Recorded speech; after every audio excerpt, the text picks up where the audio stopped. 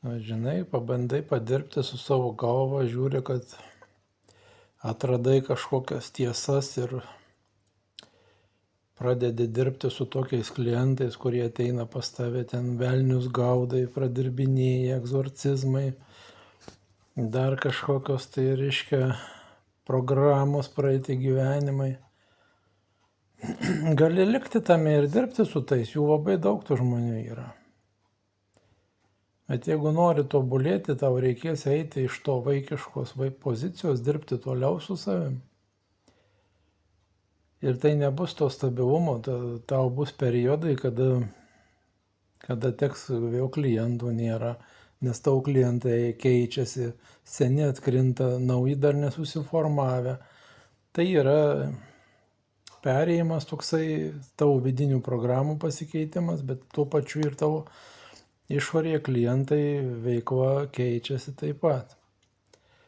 Ir daugelis čia deda atbulinį, vadinamą, nustoja dirbti su savim, nes jau galvoja, kad viską atrado, viską suprato, nes čia stabilu, gerai, vėl stabilumas įsijungia, jau čia veikia, viskas, nieko negaliu keisti, nieko krūtinti, nes, kaip sakant, neduok Dieve, dings klientai.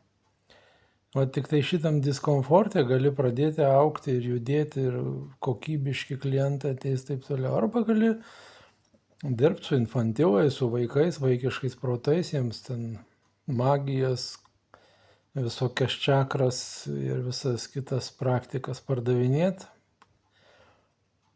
Bet nebus iš to augimo, liksi tam pačiam savo levelį, kuriam buvai. Tai va. Atpažįsti, nori kažką daryti, galbūt dirbi su kitais. Jeigu nori patobulinti žinias, įgūdžius, registruokis nemokamą konsultaciją. Mano instrumentas, kurį aš galiu padėti žmogui įvaldyti, aukso vertės yra. Realūs pokyčiai pa žmogų pasąmonėje, su juo padirbėjęs. Tai va, daugusiems žmonėms užtenka vieno seanso su manim, kad jie labai stipriai kardinaliai jų gyvenimas, realybė pradėtų keistis, jie pradėtų savo pasąmoniai duoti komandas patys savo, o ne kažkas kitas, ne kažkoks autoritetas apsimetę šamano ar būrėją ar dar kažkuo, o jau išėjusiam iš infantilumo, iš tos vaikiškos pozicijos gali pats savo reguliuoti ir pastebėjęs programą, tokią kaip po pavyzdžiui, kad pinigų kažkokio negebėjimų uždirbti arba baimės pinigų, tu gali ją keisti pats ir suveiks tavo tai pasąmonė komanda. Ko tu neturi autoriteto ant savo pasąmonės, tau galės tik tai kiti kažkas tai tą daryti.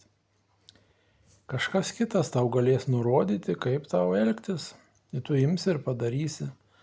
Atpažiūrėk, nueina pas kažkokią būrėją, pasako, tu ten po metų išvažiuosi į kažkokią šalį. Tu net neplanavai, jau paimi ir kažkaip susidėlioja aplinkybės ir išvažiuoji. Todėl, kad tavo pasąmonė davė komandą, va tavo infantiliai pasąmonė davė komandą kažkas tai kitas.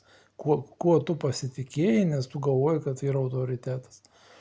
Tai va tą, ką padirbėjai su manim, tu gali tapti pats autoritetas savo pasąmonėje.